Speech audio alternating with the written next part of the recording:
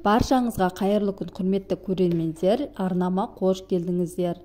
Бүгін құрғақ жөтел кезінде өкпедегі қақырықты шығарып, жөтелді басатын табиғи сироптың жасалу жолымен бөлісемін.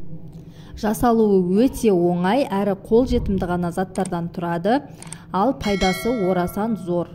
Егер сіздің жөтеліңіз басылмай құрғақ жөтел болып жатқанда, осы сиропты 2-3 күн бойы пайдаланатын болсаңыз, жөтелден айығатын боласыз. Видеоны толықтай соңына дейін қарап, маңызды сәттерін жіберіп алмаңыздар. Сиропты дайындау үшін ең алдымен бізге осындай үлкен көлемді бір пияз керек болады. Егер сіздің пияздарыңыз кіші болатын болса, онда 2-3 пиязды пайдалансаңыздар болады. Чесноктарды да қабығынан тазартып аламыз. Мен бұл жерде 4 тісше чеснокты пайдаландым. Жалпы жөтелдің 2 түрі болады. Біріншісі құрғақ жөтел, екіншісі ылғалды жөтел. Ылғалды жөтел деп қақырық бөлінумен бірге жүретін жөтелді айтамыз. Ал қақырықтың сыртқа шықпай, булығып, тамағымыз жыбырлап, тоқтамайтын жөтел пайда болуын құрғақ жөтел деп атаймыз. Жалпы құрғақ жөтел кенеттен пайда болып, бірден басылып қалатын жағдай емес. Бұл жөтел тыныс жолдарының шырышты қабаты зақымдалған кезде пайда болады. Жөтелдің құрғақ болу салдарынан қақырықты сыртқа шығара алмай қаламыз. Өздеріңіз білетіндей, өкпе қақырықтан тазармай, жөтел басылмайды. Енді пиязды турап аламыз. Пиязды неғұрлым ұсақ етіп турасақ, соғұрлым сөлі көбірек, әлі жақсы шығатын болады. Сол үшін барынша ұсақ етіп турауға тырысамыз. Бұл жерде пияздың қызметі қақырықты жібітіп, сыртқа шығару болып табылады.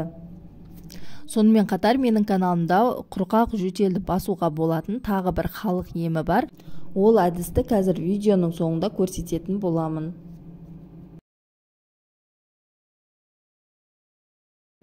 Келесі кезекте чеснокты майда етіп тураймыз, немесе чеснок өткізетін престен болмаса үккіштің көмегімен де өткізіп алсақ болады.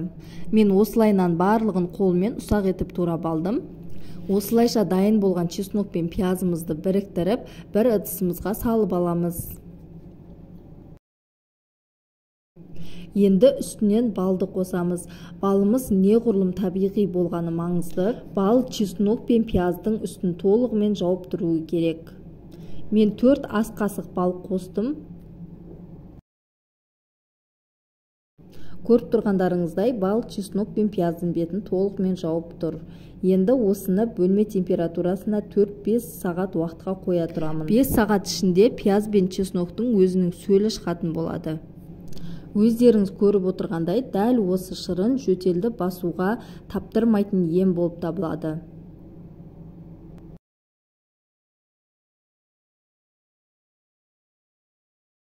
Дайын шырынымызды енді ситадан өткізіп, арнайы шыны ыдысқа құйып қоямыз. Бұл шырынды салқын жерде 1-2 күн ғана сақтауға болады. Ұзақ уақыт сақтамағандарыңыз жөн. Егер шырынды сүзіп бөлек алып алмаған болсаңыз, онда бұл шырын 1 күнге ғана жарамды болады. Енді бетін жауып, салқын жерге қойып қоятын боламыз. Қолданар алдын міндетті түрде жылытып барып қолданған дұрыс. Және бұл шырынды пайдаланбас бұрын міндетті түрде дәрігердің кеңесін алыңыз. Егер сізде осы қоспалардың біріне аллергияңыз болса, онда қолданбағаныңыз жөн. Ересектер күнделікті үлкен ас қасықпен 3-4 ас қасық ішуі керек, ал кішкентай балаларға кіші ас қасықпен берген дұрыс. Егер сіз бұл шырынды алғаш рет ішіп жатқан болсаңыз, онда кіші ас қасықтың көлемімен бастайсыз. Бұл сіздің осы қоспаларға аллергияңыздың бар жоғын білдіреді. Және қақырықты жібітіп, жөтелді жоқ қылатын тағы бір екінші әдіс, ол құйрық майдың көмегімен болады. Екінші әдісті экрандағы сілтемені басып көре аласыздар.